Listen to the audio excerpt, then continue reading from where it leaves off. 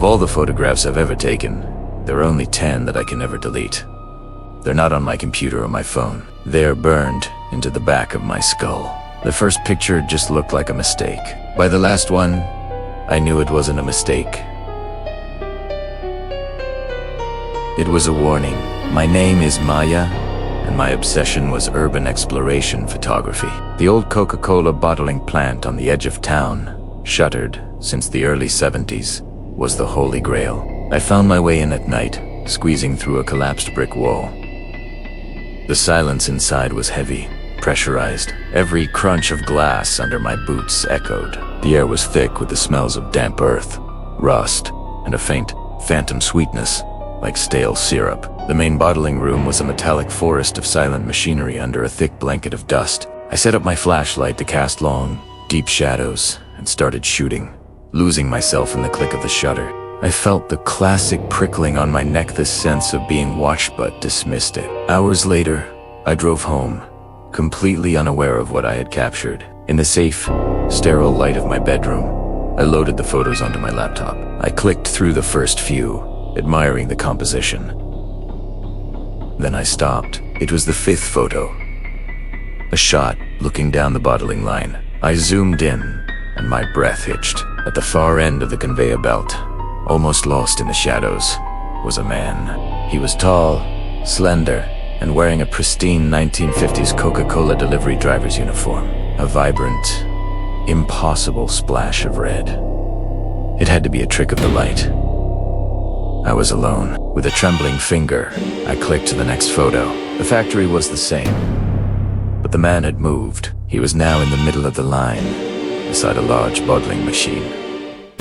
Closer. My blood ran cold. I started clicking faster. Photo 7. He was in the background, by the syrup vats. Photo 12. Standing in an open locker room doorway. Photo 19. Outside the manager's office window, looking in. Always closer. I reached the last photograph I took. The final wide shot. My hand hovered over the trackpad, dread holding me paralyzed. I clicked. The image filled the screen. The machinery was blurry, out of focus.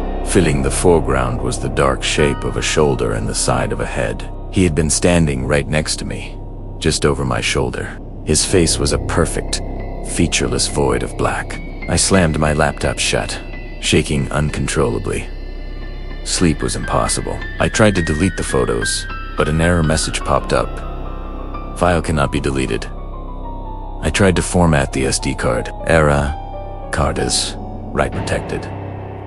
The photos refused to be erased. That's when the haunting bled out of the screen. It started with sounds.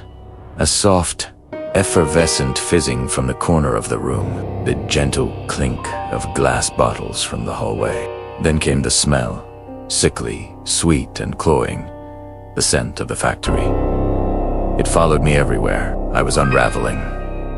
Desperate, I spent hours researching the plant's history. I found it in a scanned newspaper from 1971. Local plant worker vanishes.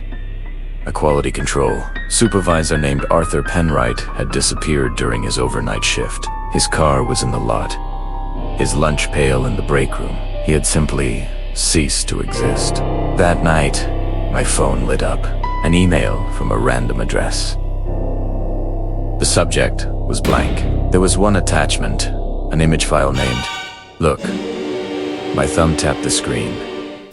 The image opened. It was a photograph of me, in my own bed, asleep, taken from a low angle near the foot of the bed. It looked like it had been taken just minutes ago, and in the far corner of the room, standing by my closet door, was the tall, slender silhouette of the man in the red uniform. I fled my house, but I knew I couldn't run. This wasn't tied to a place.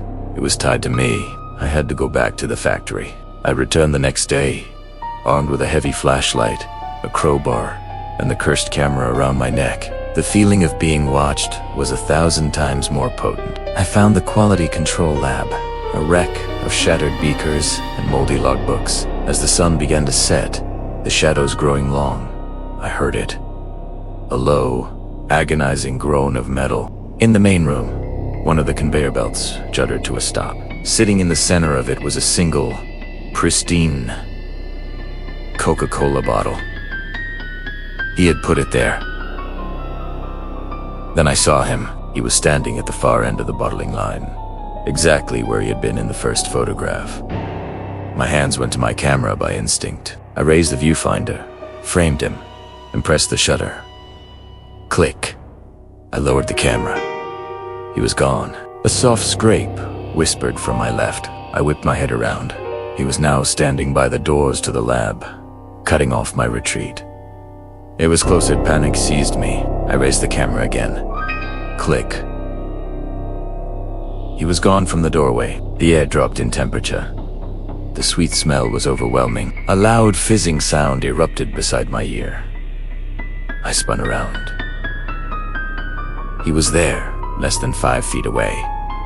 His face was no longer a void. It was smooth, waxy, and pale. His eyes were milky white orbs that seemed to absorb the light. I finally understood. The camera wasn't a shield, it was a summons.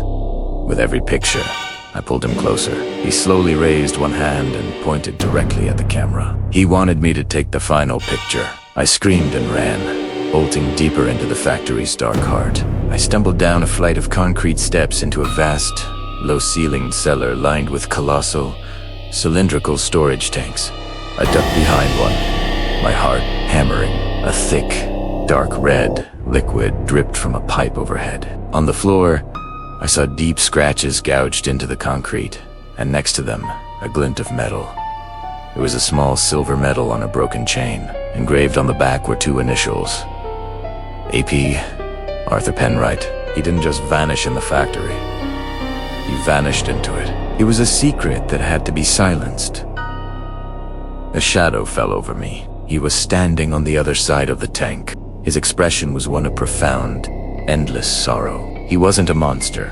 He was a prisoner. He raised his hand, pointing at the massive tank between us, and a low, hissing, effervescent sound came from his lips, a plea. He wanted me to take his picture, to set him free. I looked from his dead eyes to the tank, to the initials in my hand. He wasn't a ghost. He was an ingredient. I made a choice. I didn't raise the camera. Instead, I hurled my heavy flashlight with all my might at a rusted valve fixture near the base of the tank. It struck with a loud clang. The valve burst. A torrent of thick, dark, syrupy liquid erupted, flooding the cellar floor. The effect on Arthur was instantaneous. As the dark liquid touched his shoes, he began to dissolve, flickering violently. The red of his uniform bled away. The hissing rose to a wail of static as he disintegrated, reaching a translucent hand towards me before he was gone. I scrambled out of the rising tide and ran. I never went back. I deleted the photos they led me, this time smashed the SD card, and threw my camera into the reservoir. But I can't erase the images from my mind. Sometimes, late at night, I'll catch a faint, sweet smell on the air. And sometimes, in the sound of fizzing bubbles, I can hear a faint, desperate whisper, trapped forever in the dark, asking me to take one last picture.